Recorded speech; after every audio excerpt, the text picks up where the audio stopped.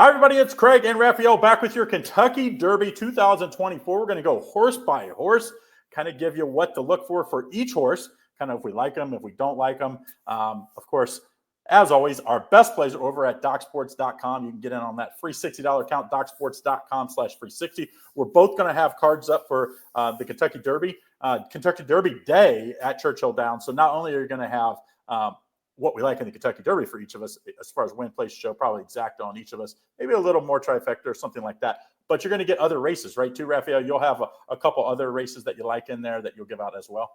Yeah, for the Oaks, I usually do anywhere between 3 to 4 races that day, and for the Derby, anywhere between 5 to 6, depending on weather, depending on scratches and stuff like that. So I try to put them out because sometimes I have a horrible Derby, but I have a great race 10 that it doesn't matter what I did in a Derby. Yeah.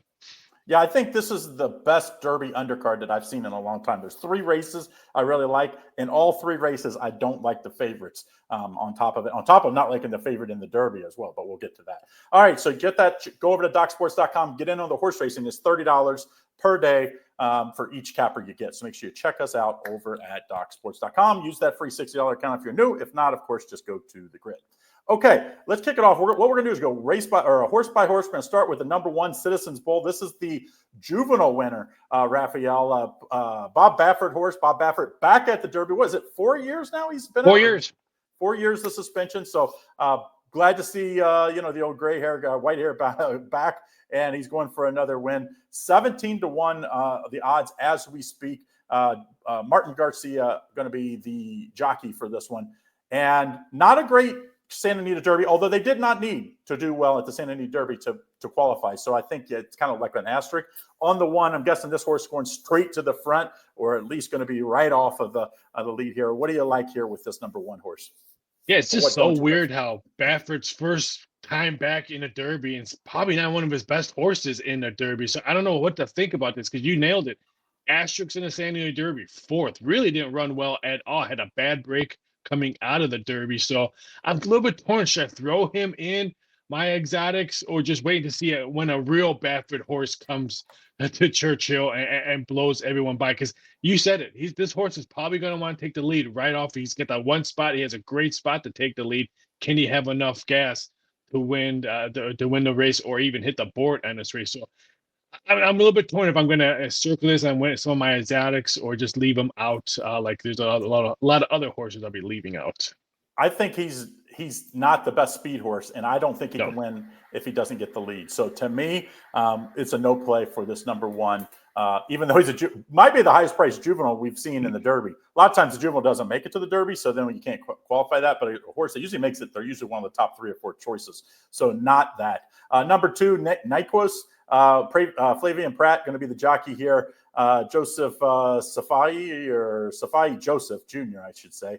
54-1, longest shot on the board. I'm just going to say no. What do you think? I say no right away, but I was really impressed on his hitting the board at the Fountain of Youth. But he had no traffic around him, and I don't think this horse has ever faced anything more than 10 horses in a race. So I think he just might get lost and may not have a break for like he did in the Fountain of Youth. So yes, no, but I still was impressed. I actually just watched this race about a couple hours ago, and how I was really impressed on how he ran at the Gulfstream. I just think down on the inside, if you don't have speed, like you're going to this horse is going to be probably 15 lengths back. And by the way, might be rain. Sounds like it could be rain both Friday and Saturday. I think that also, you're going to have a ton of kickback being down on the inside here. So no for me on this one. Number 3, a horse that I'm definitely putting in my exotics. I'm here in Cincinnati this weekend, so I'm not very far from Louisville. And this horse ran 15 minutes here down the road. He won the Jeff Ruby Stakes at Turfway Park. Looked really good. And if you like gray horses, it's been forever since a gray won. Final Gambit might be your horse. Kind of been a little bit of buzz horse, even though he's never really done much on the dirt. He did look good training this week, but we do see him at 18-1 right now. I think it was 31 morning line, so definitely gotten some steam so far. What do you like in this horse? Yeah, a little bit shocked that he's up to down to 18-1. This was a big X for me. I know he won Ruby Stakes, but you said the dirt might bother him and the mud might bother him if there's some mud on the track. So this was a big X for me on this one, but I totally understand why you like this one. But I just think the conditions and amount of horses and he might get stuck in the pack, and he might not have no place to go. Rich Strike was a winner of the Jeff Ruby stake, and so was Animal Kingdom. Was probably my best pick of all time. Best day I ever had betting horses. I had Animal Kingdom to win the Kentucky Derby because I was actually there to see Animal Kingdom win. It wasn't called the Jeff Ruby Stakes, I don't think, way back then. But so I liked him. He can come. That's kind of right. He's going to have. He's going to be coming way back. They're going to need to go really fast up front and probably not be wet. If it's probably wet, I just think probably in trouble there. So the number 4, Rodriguez, kind of a little bit of buzz horse. This is the better of the Bob Bafferts as far as the odds are concerned. I believe 9-1 as we speak. Mike Smith on board. Of course, these two have, they've joined, or 2 Hall of Fame bears have joined a lot of winners. What do you think here? I mean, Santa Anita Derby winner, right? This one came from the Santa Anita Derby. I know he came in second to Wood Memorial at Aqueduct, which I was really impressed when I was really impressed with him. I didn't have him anywhere on my board at the Wood Memorial, so he kind of shocked me because I missed the 3rd place horse. I would hit the nice exacta because I had the winner at the Wood Memorial, but I didn't have this one. So I'm really impressed with this horse. This one's, I can guarantee you, is going to be somewhere in my exotic. So I'm excited to see the better of the Baffert horses are running this one. So I would not be shocked if we see maybe 8-1 or around there when it gets close to race time. Number 5 horse, American Promise, D. Wayne Lucas, the coach, 9-1. 13-1. 13-1. Nick Yorez, the jockey here. I never count out the coach. You know, he always gets them ready. They continue to improve. Like, this horse is steadily improved. He's going to need to take a big step for it. He's at the bottom. Like, I have 5 horses that I like. He's probably my 6th or 7th. That, you know what I mean? Like, you just, at some point, you have to cut him. Like, you know, you're playing exotics. You just can't. If you want to win, you can't have a 7-team trifecta box. You're just not going to pay much unless you really get some bombs in there. What do you think on this one? Yeah, this one's a scratch for me. Even though I love to name it, I saw the name, and everyone probably did the same thing I did. Wow, it's American Pharaoh, but no, it's American Promise on this one. I'm not sold at the track of Colonial, which this horse runs really well. I mean, when you go to Colonial and then when you come to Churchill, it's two totally different tracks. I just think this horse gets lost in it. The track record, right? He ran the track record the last time out Colonial in the Virginia Derby, and so people are like, I think, give him a little too much credit. That track that day was run. I went back and looked. Everybody was running fast that day, so kind of put an asterisk on the speed numbers in that one. I just think he's just off of it. To me, he's more like in the middle. He's in that 7 to 10, 12 range, which, hey, those are really good horses. These are going to be good horses that end up winning stakes races down the year. It's just, not everyone. I'm glad you mentioned that. That's a great point, because look at all these horses, because these horses who don't come in 4th, 5th, 6th, 7th, 8th place, keep an eye on these horses, because they're going to be running other stake races, which you can probably get better prices, because people don't remember that they ran in a Derby, and that horse and that jockey experience that they're getting at Churchill can cash you a ticket somewhere else. Admire Daytona, the Japanese UAE winner, right? Yep. And last year, the UAE winner lost by this much. And I think that this horse is getting a little overbet, in my opinion, because people are thinking, oh, is it time for the Japanese? This is just not as good a horse in my opinion. 40-1 here, I think, is a fair odds. It's a no for me. Last year I thought was the best chance they're going to have in a long time. So we'll see. What do you think on this one? Couldn't agree more. I'm not sold on Japanese horses coming here. There's one in this race that we'll break down earlier that runs almost every race he ran in Japan, had 15 horses or more. So he's going to be familiar with the traffic and all this. This horse right here, Admire Daytona, not one of those horses. So I have him a big X. Yeah, Luxor Cafe, the number 7. A lot of people have a little buzz. I've listened to a lot of good handicappers buzz on this horse. 14-1 here. I believe his morning odds were 15-1. 15-1. So down a little bit. What do you think of this one? Yeah, this is the one I do kind of think that has a shot at hitting the board. And I'm not saying it's going to win the race, but hitting the board, has late speed, familiarized with a lot of horses next to him, so he doesn't get bothered by it. This one is something I'm going to keep an eye out for exactas. Again, I don't think he's going to hit the 1-2 board, but if you like tries and other stuff like that, I would definitely put him in there, even though I'm not a big fan of Luxor anything when it comes to food, because one of my worst food experiences was the Luxor Casino in Vegas. side note, American Pharaoh baby here. So I know, and I hate that, and I hate I'm putting negative on there because I love American Pharaoh babies because they've done really, really good to me lately. All right, we got the next one. We got the morning line favorite here, Journalism, and nothing done wrong here. Even though the odds as we're doing this has went from 3-1 to 4-1, I do think you'll go probably back to that 3-1, 7-2, deserving favorite. But I'm going to try to beat him. As us handicappers, you don't make a lot of money betting favorites if you're betting horses. But Uncle Mo is his grandpa. Curland is his dad. This horse can run all day long, but he doesn't have that explosive turn of foot that I kind of want to like. I don't know. I'm just going to try to beat him. I'm just going to say that. I'm not going to leave him off my exotics, Raphael. What do you think of this one? Yeah, I agree. He's not my horse to win this race because I don't like to pick California horses in this run. I mean, yeah, it ran good in the San Filippo Stakes, but I think there was only 7 horses or 8 horses in that race. So he doesn't have that boost of speed if he's in the middle of the pack and he wants to break away. Can he do that in this race down the stretch in Churchill? And if the track is muddy, how's his burst going to be on that one? So I'm going to try to beat him. I don't think he hits 1 or 2. I think he maybe a 3 spot. Totally understand why he's getting the love, and I agree with you. He'll probably be the small town favorite after Saturday comes around, just because I love me Uncle Mo. That horse made me a lot of coin back in the day, so I can't leave him off. But I'm going to try to beat him as well. Yeah, to me, I think the one Umberto, the jockey, like a little unproven. Yes. So like that could be a little, like when you run in your first couple derbies until you win one, there's always a question. So, and to me as a handicapper, you're just looking for a reason to bet against a favorite or smaller favorites. And that's what we're going to do in this one. We look at the next horse, a lot of buzz, Burnham Square, and horse that 20-1, like I think he's deserving. Like he was 12-1 in the morning line. I think he should be closer to that 12-1. I was shocked that he's this far down. What do you think of this one's chances?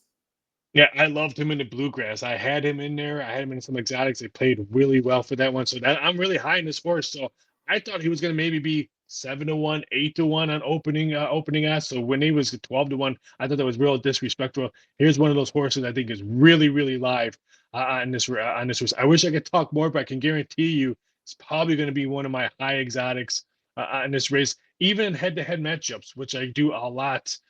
For when I release praise, this is something I'm looking for head-to-head matchups against other horses. I tell you what, he'll outrun his if he goes off at 20-1, he'll outrun those odds. I'll promise you that much. He should be more 12-15-1. I think that's fair value, and that's where he should be. So that's if he stays at 21. I couldn't talk anybody off. I won't talk many people off at 20-1 or more horse. Grande is the next horse, the number 10 horse, John Velasquez and Todd Pletcher. How about that connections? 18-1 here. This one was a 21 morning line, so he's one that's actually getting a little love here. What do you like this one? Yeah, it didn't really run good in the Wood Memorial, and he came in second. So that's what kind of scratched my head. Now, why is he 20-1? Because I think he's going to have a better trip on here. I think weather might have something to do why they open up, because I heard that the stewards and all that knew weather was coming in advance, just because there's a lot of forewarnings coming out already for the weekend for certain areas around Kentucky, flash floods, thunderstorm warnings. So I think that had a lot to do with it, because I don't see this horse running well if the track is really sloppy. So I think that's the reason why we're getting high odds. But this one's going to be very interesting. You name it. Those two, Pletcher and a jockey, they're really good names. I think that's why they're going to get a lot of love. Yeah, I mean, I think this horse is deserving, like, person that you have to at least include in your exotics. If you're playing super, I would have this horse because I think he'll come running. I think he's going to come running at the end. He's shown that he can come through the field with traffic, which if you're a closer, you better hope he doesn't have to come like all the way around, because those don't usually come. Usually they come up the rail, the whole Calvin Burr rail, from back in the day. That's the kind of like you kind of want to go in between horses. The next horse we're looking at is the 11 Flying Mohawk here. There's not a lot. Let's just say no for me on this one. 33-1. Anything that will he outrun his odds? Let's just say that. I think he does. He's had a lot of practice at Churchill. He runs really well at Turfway. I mean, that's where he came in second. So I think that carries over, but I just don't see him hitting the board. I think he's going to be stuck in the pack and just can't break away. Yeah, of the Turfway downrunners, I like the number 3 a lot better. Yeah. Yeah, like to me, pick one. If you're coming from the back of this race, first of all, they're going to go fast up front. So I think closers will have a chance if it's not super muddy. you better have a big turn of foot, and I just don't think he has enough to even hit the board from my. If he was lost at Aqueduct, he's gonna get lost in Churchill. Number 12, East Avenue. Brandon Walsh trained horse here, like 34-1. Like, I actually like this horse at least better than the last horse. Anything you like about this one? Yeah, I'm opposite. I do not like this horse Better whatsoever. than the last one. I think he was horrible in the Risen Star. I think he came in last at the Risen Star. I think he's still running in the Risen Star. So it's funny how you said that. I'm opposite in this one. This one's a complete. This was probably one of the first horses I threw out when I saw that the names being announced. Well, I mean, if you said head to head, I would take this horse first. Flying Warrior. That's what I'm saying. I think you might have a side bet after here. Publisher, 30-1. Steve Asmussen. I mean, he's still looking for his first Derby win. I mean, I can't believe he has. He's the number one winning trainer of all time, and he still doesn't. And he's a local guy, so it's like he's due. He has the next two horses, which I like the 14th a little better. 30-1 here with Irad Ortiz on board. Anything you like about Publisher? I was hoping Iran wasn't going to pick this horse to ride because I really thinking there was going to be a longer shot on this one. I mean, it doesn't run well. He's won a 4th and a 6th in stake races coming into this one, so has no really cash momentum, as I like to say. He hasn't hit the board to cash me a ticket, but wow, disrespect on the odds, I think, on this one. I think he's due, and when I think he hits, it's going to be 15-1 or higher when he hits one. Could this be the one he hits? Number 14, Tiztastic. This is by far the better of the Asmussen horses. I think this horse is live. 19-1. I am shocked he is not getting bet more down. He was 20-1. I thought this horse would probably go off closer to 12 to 15-1. I always say when, like the trainers usually have one clear-cut horse. This was the one. I thought this one gives him a pretty good chance. Better than I think his odds suggest. Anything here? I saw him live. I was at the Louisiana Derby, New Orleans. So was it the 22nd of March or whatever? Me and my wife saw him. My wife loved him. We got to actually pet him because we went in the back and stuff like that. I mean, this horse was calm, cool, and collective. Didn't care if people were touching him and stuff like that. And then the numbers he ran at New Orleans at the fairgrounds, I really, really like this horse. I can guarantee you, I'm probably going to play every head-to-head matchup that I see on him because I think this horse is a really, really live favorite in this one. Rosario, I always love him as a jockey. I think he is an underrated jockey. I think he'll give him a shot. Now, that's all you want. A shot coming for home. If you can straighten him up, then is he good enough? That's what you just asked for. I think he'll get that with Rosario on board. Next horse we're looking at is the 15 Render Judgment. Julian Leperoux with Kenny McPeak here, 12-1. I think this one's going to be a horse that gets a lot of buzz. Of course, Kenny McPeak, a local guy, right? Isn't he local Kentucky guy? So he always think, people always root for him. And morning line was 30-1. So one of the horses that's getting a ton of buzz. And I don't understand why he's getting that much money coming in, and now he's dropped down to 18-1. Here's one of those horses when I saw the numbers come out in their post position, I'm like, complete X on this one. So this one will probably win the race or hit the board and gives me the middle finger. Number 16, Cold Battle, definitely a no for me. 30-1 right now. Any redeeming qualities here for you? I was high on him in the Arkansas Derby, and he came out flat. So I you know what? I said no on this one, just because I thought he would at least hit the board well in the Derby, and he did. He was sluggish, had no closing speed, and let everyone blow by him. I didn't even think he was going to finish the race at 4, 5, or 6. So I'm not sold on him right now. 17. Horse that's getting a ton of buzz. Mark Cassie trained Sandman, number 5-1 right now. I believe he was 6-1 on the morning line, but I see a lot of buzz, a lot of bets coming in on him. What do you think here? He won the Arkansas Derby, and usually when you win Arkansas Derby, you have a lot of buzz. Yeah, you have a lot of buzz coming in this one. This one's going to be. I thought he was going to be like maybe 4-1, 5-1 opening odds, and so he wasn't 6-1. And what'd you say his current numbers were now? 5-1. 5-1. See, I thought he was going to be closer to that. So I think this horse can do well if it has a good break. This one needs a good break. Yes, Sovereignty, the 18 horse is one of my horses. I definitely going to circle in on my 5 horses, but it's getting no love right now. 11-1 currently. Wow. Bill Mott trained Junior Alvarado on board. This is I think he's sitting on a big race. Now, I don't think this horse is going to love the slop. So maybe people are starting to bet, assuming that, and maybe that's why. But to me, if it's even if it's wet fast, I think he'll be fine. But if it's super sloppy, I can see where people maybe want to bet something else. Yeah, it's on my board right now. If it's the track is really messy, I'm probably gonna maybe not put him in exotics because he went toe to toe with Tappan Street. I mean, he had every chance to win that race, and I am talking about the Florida Derby. He had every chance to win that one. Came in second, has a lot of momentum, and I think the track might be the reason why that momentum might stop. I mean, it's hard. A lot of times they predict no rain, and then we get rain to the last minute. Yeah. Sometimes you do the opposite. You're predicting rain. And I always say they're going to seal the track if it's, they're calling for really bad rain. So if it rains and then gets, windy and dry for just an hour or two, this track will end up being fast. That's how good they'll seal that track. So you kind of got to be raining and sloppy during that. One thing I do like about Sandman, he's a social media star. I mean, if you follow him, they do everything on social media with him. I think he's got more followers than myself and my wife put together on Instagram, and she's very famous on Instagram. So I think a lot of social media money might be coming in on Saturday with Sandman. Chunk of gold, the 19 here, 35-1. Ethan West trained here. This isn't a horse I'm looking to put anywhere in my exotics. That's one I just kind of put a line through. Anything you like in this one? No, I was actually shocked at how well it ran in the Risen Star, Yep. but I don't see him running well in this race. I didn't like that he got on the outside. Like to me, once it was like he's on the outside, you better have a lot of speed or you better have a big turn of foot, and I don't think he has either of those. And the jockey let him go. The jockey let the horse go to the outside. I don't know what the jockey was doing in that race. The 20 horse Owen Almighty, Brian Lynch and Javier Castellano here. 30-1 morning line, drifted up already to 43-1. Man, this one might go off as the longest shot on the board. I was hoping this horse might be scratched so we can have one of the better horses be in this Derby.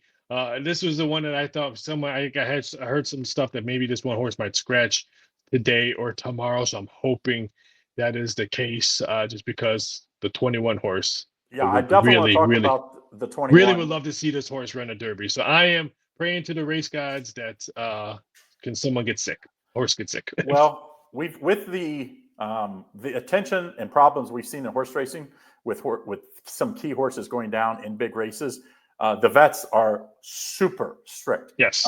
And not just on the day of the race and the day before now. It's all week long, and there will be a scratch in this one. I'm pretty sure the 21 is going to get in. One, because he is a live horse. Baez, right?